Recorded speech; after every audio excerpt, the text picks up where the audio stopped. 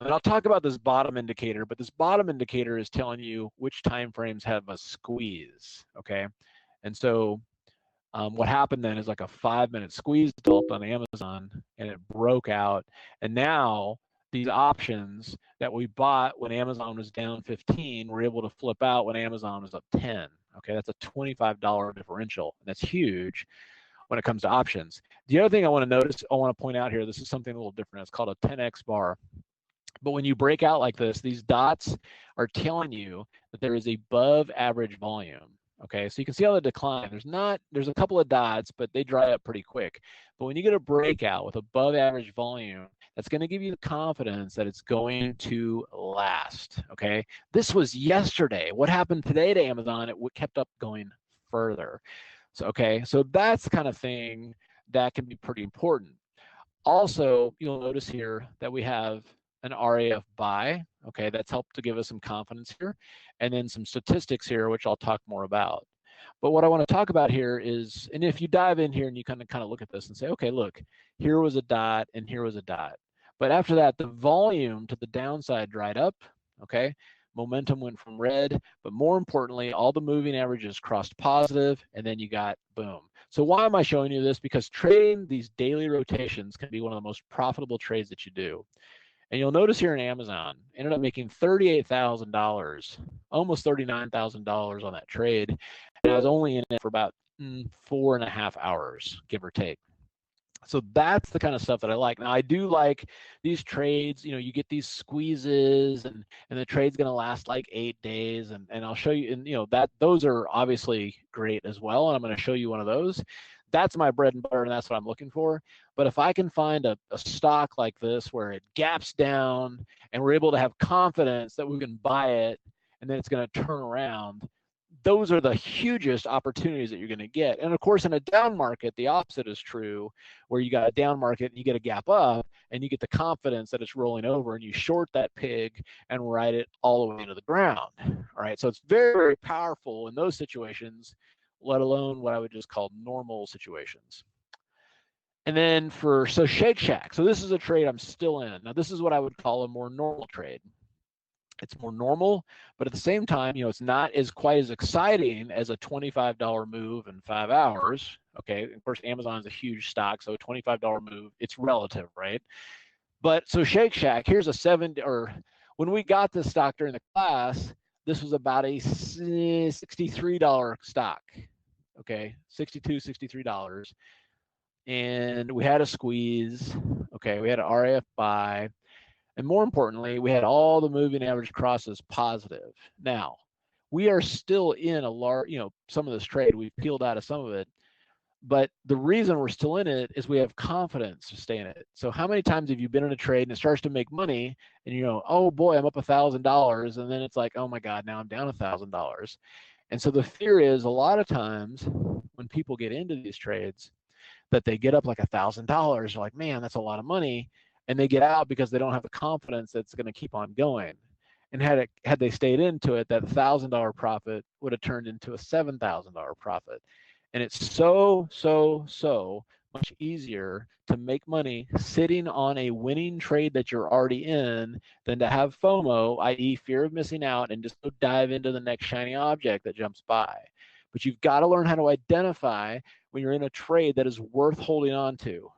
That is how you make the most money. You find a good horse and you ride that damn horse. But you've got to learn to be able to identify what's a good looking horse. And so these are the tools here that'll help when you have a situation like this where all the moving average crossovers are positive on all time frames. Like there's no reason to say, okay, if the 1, the 2, and the 3 crossover, that's fine. Who cares? But if all these, 15, 20s on up are staying positive, then there's no crying. Okay, I said there's that movie, the League of Our Own. It's like there's no crying in baseball. There's no crying in trading if you get out too soon. Okay, that was just a human error, and this is the kind of tool that can correct that. So this is Shake Shack. This is a trade I'm still in, and if you look at this, and I get, it's like one of the questions I get from people that have smaller accounts is like, well, I saw you trade Amazon. I can't trade Amazon. Well, it's not true. You can as a spread, but I get it. Those options are crazy. They're like $38 options. Well, here's an option for 66 cents that is now $2.50. Okay. That is a return of 278%, taking $660 and turning it into $2,500 over 8 trading days. Now, my in the money calls, which I prefer, okay, I got them at $4, and they're up 152%, now worth $10,100. Now, you might be asking, well, okay, John, look, had you put all that money into the out of the money options, you'd be up a lot more. You'd be up 278% on your debit paid versus a mere 152%. Well, I get that, but the thing with out of the money options is that you have got to be on a horse that can have momentum.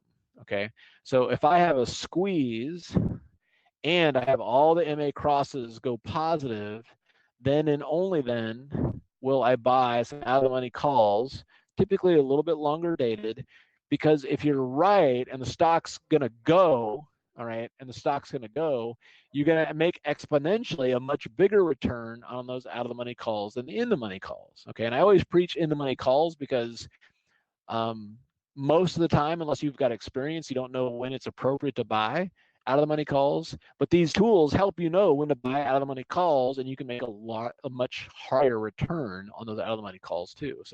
So something like that too. It's being able to hold on to this stuff is good. Oh, that's good, Al. Nice double. Very nice. Oh, what about the top hats on Shack? So that's a good question. So that's just a tool that shows it's oversold. So remember, so the squeeze overrides that, but high short interest overrides that as well. So this is a high short interest stock. So think about it. All the people that are panicking, they're getting killed, they're short that stock, and now they're getting out. They don't care what price they get out. They just get out. So part of that is with the top hat, always make sure it's like, okay, there's not a squeeze and it's not high short interest. So the idea with this is that, and I think the main thing with this is that, entry, I think a lot of people, there's certainly people that could use help with their entries, okay? But recently we talked to a lot of our clients at a live event, and entries were like, you know what, I'm okay with entries. Sure, it's always good to, refine a little bit, but I need help with exits. I need to know when to hold on, when to bail, okay? When to just cut bait and move on. It's the exits that are the hardest part, and I totally agree. So the question here then is, these moving average crosses are great because they help you catch the roll and they give you the confidence to stay in, but you also want to understand exits, all right? Now, there's other areas that I use these for. If you guys are S&P traders, I like to trade the points of control. So if you rally up to the point of control, and guess what, the moving averages start to roll on those multiple time frames, then you short this pig, right? Conversely, if you come down to the point of control and you get a little bit of a bounce, okay, great, I'm going to buy it. Now it's going, and it starts to roll. You're trailing up your stop, so that's a scratch, all right? But then you get some other opportunities too. So that is good for futures trading as well as Forex trading as well. And on this day, just using my moving average crosses with the point of control is $4,600 trading a 10 lot on the S&Ps. So if you trade the futures. And then on the NASDAQ, I want to give you a quick example on the NASDAQ. And again, this is just a smaller time frame trade. But here towards the end of the day, we got a moving average cross positive starting at the 1 minute chart. We bought some contracts, able to ride it up, and all we did was watch the 2 minute go green, the 3 minute go green, the 4 minute go green, and guess what? That gave us confidence to hold on to it. So when it pulled back right here, we didn't freak out and get out. Okay, so we didn't FOGO, freak out and get out. We had the confidence to stay in because these weren't changing, and so we just rode it all the way up and booked $2,300 on a trade that lasted about 12 minutes. So that's what this stuff is good for. Another example here of Facebook. Okay, so Facebook here on the top now, I want to emphasize these are all the crossovers. So we can see here that the monthly and the weekly and the 4-day are all positive. Okay, and now what you can see how it's rolling forward. And so you get in here when the 1 and the 3 and the 4 and the 5 cross. But then when you see like the 10 and the 20 and the 60 cross, you're golden. Now, I don't know if you guys have checked Facebook, but this is during the class I did this, and now Facebook's at $205. It's still going. Okay, it's still going. And for us, this was a quick trade that we did and netted $8,000 on that one. So I think this is one we might have done during the class as well. Amazon. This was way back when it was $1,624. But Amazon, same thing. So I haven't talked much about the squeeze, so I will spend a few minutes on that. But what the squeeze does is, well, let me see if you know what, I may not have an example right there. So let me get my, let me bring up my charts.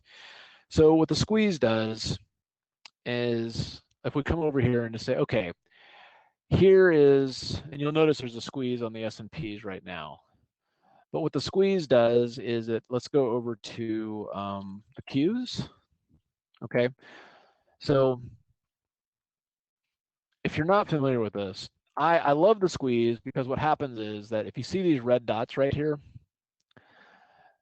so these red dots, what they do is that they just tell you, and what the squeeze does is it measures the Bollinger Bands and its relationship to the Keltner channels, right? Now, I know that may sound boring, but why that's important is that when the Bollinger Bands narrow, okay, to the point where they're trading inside, oops, so that's I'll see if I can do different colors here. So the yellow is going to be the Bollinger Bands, and the purple here will be the Keltner channels, okay? So boom, boom. So the Keltner channels measure a stock's average true range, while the Bollinger Bands measure the stock's 2 standard deviation move, okay? And so what happens essentially is that when the 2 standard deviation move is now trading inside of the stock's average true range, that creates a compression of volatility.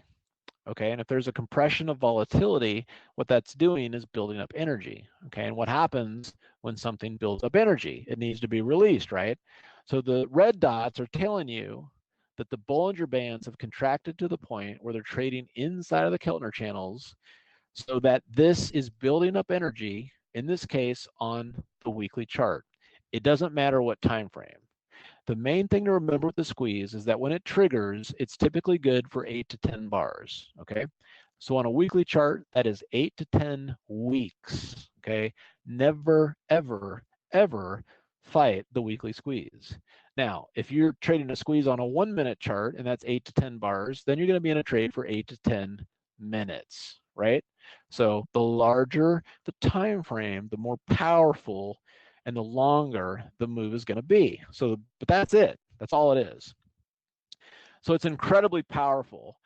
And what I like about this then is that if you look at, so you can see, I mean, you can see the move here, right? So here's the squeeze. You know, the Qs have been consolidating here, doing absolutely nothing for a long time. The squeeze is telling us that this energy is built up. With that first green dot, if the histogram is above 0, it's a long signal, and you can see what happens. Okay, so at the beginning of this, I talked about, yeah, you know what, I'm in 80% cash. In a situation like this, I'm getting as close as I can to 100% fully invested because that's the most money you're going to make. All right, and it happens, you know, and it, you know, it happens like that. So when we did Shake Shack, we didn't have a weekly squeeze, but we did have a daily squeeze. All right, so that daily squeeze is pretty solid. Now let me bring up Amazon because I thought maybe there's a squeeze on that right now. Maybe not. No, there's a 3-minute squeeze, which is not, you know, that's not a game changer by any sense. Let me see, Google. Google's one I have on right now. I can't remember if there's any squeezes. No, but so Google, you know, very positive on the upper time frames, got a little bit of sell-off today, so I'd obviously be looking for that moving average cross to go higher. Let's see, what was the one? We were looking at one earlier today. Oh, Ulta. So Ulta, this is one I don't have, but if you look at this, look at these beautiful squeezes. So we can see right here, now this is a daily chart. This is a good looking squeeze there, Ed. That's a great looking squeeze. But in addition to the daily chart, guess what? There's a bonus squeeze on the 2-day chart. That just means it's going to be that much more powerful. And then there's a 2-hour squeeze. Now, what I like about this is that when I can see something where there's a daily and a 2-day squeeze and a 2-hour squeeze, the 2-hour squeeze is essentially the fuse, okay, that can light the bomb. All right, because the 2-hour squeeze, if it fires long and starts the price action going, then guess what? That's going to impact the Bollinger Bands on the daily chart and cause the bomb to explode, which is that daily squeeze. So that to me is fantastic. And you can, unless you're looking at all those time frames, you're not going to be able to see that. So if we go over here and say, all right, well, let me look at the 2-hour. What are you talking about, 2-hour squeeze? Look at this beauty. So, you know, a 2-hour squeeze, and again, it doesn't mean it's going to be like, it could be some huge thing. Like here was a 2-hour squeeze, and we went from 250 to 260. That's 10 points, okay? In the world of options, that's called a lot of money. Here it's a little shaky, we know when you got in. And, you know, squeezes go to the downside too if it, you know, fires off short. So here's what I'm looking at is you've got the momentum going here on this 2-hour chart, and that if this thing can get going and then it fires off the bomb of the daily chart, which then fires off the bomb of the 2-day chart, then this could turn into something pretty special. So that's the kind of stuff that I get excited about. And I love talking to you guys about it, because if I run home and tell my wife about this, she is going to glare at me because she has no interest in this at all. So like, I guarantee you she's not signed into this webinar tonight. And I appreciate that, because, you know, it's good to have, you know, you don't want to be so involved in the same thing that you have nothing else to talk about, right? So anyway, this kind of stuff, you know, gets me excited. Now, what about the 4-minute and the 5-minute chart? So for the 5-minute chart, it's important, but remember, this is a signal that would only last about 30 minutes. But if this 5-minute squeeze fires long, that could, you know, ignite the 2-hour chart, which it ignites that one too. All right. All right, let me see the questions there. On your squeeze comment, did you say after it fires, you generally have 8 to 10 bars to go in that direction? Yes. I generally do not hold on for that long. Generally by, you know, the 5th to 6th bar, I'm starting to scale out. But on average, you have 8 to 10 bars. Not all the time. It certainly is an average. There was a recent, what was another really solid squeeze there? Yeah, you know, Bob, that's the other thing too, is that what happens is a lot of the times during the day, like on any given day, there's probably 20 trades that you could do, but really the ones that are going to make you the most money are like 3 or 4. And so the part of what these tools do is they help you make decisions. They help you protect yourself from yourself, right? Now, what happens is like, because at the end of the day, once you understand a high probability setup, then just focus on finding the setups. And, you know, Tesla may be the stock of the day and it's up $18. But if you're honest with yourself and you're trading it, you're just gunslinging, right? You may make money, you may not, but you don't have a plan. You're just like, oh my God, it's going higher. I think I'm going to buy some. But when you have something like this and you've got crossovers and you've got squeezes, you've got a plan. You know, you've got confidence that you can put your money behind this. So that's what I'm interested in. All right. So let me come back over here now. Okay, so So what I want to talk about here next then is exits. Okay, so if you guys are familiar with Fibonacci extensions, a lot of times, you know, when I see like a squeeze or something like that, we'll definitely talk. We'll talk more about some entry stuff too. But when I see like a squeeze, right? So let me just bring the charts back, because that's just so much easier. So if we come back over here to PayPal, so again, this is one that I'm in, and I can see like, okay, I'm looking at this going, well, here's the prior swing high, here's the prior swing low, and the 1272 extension is up here at $90.71. My only concern with this is that I'm also, do you see these bands here? They're also right there, okay?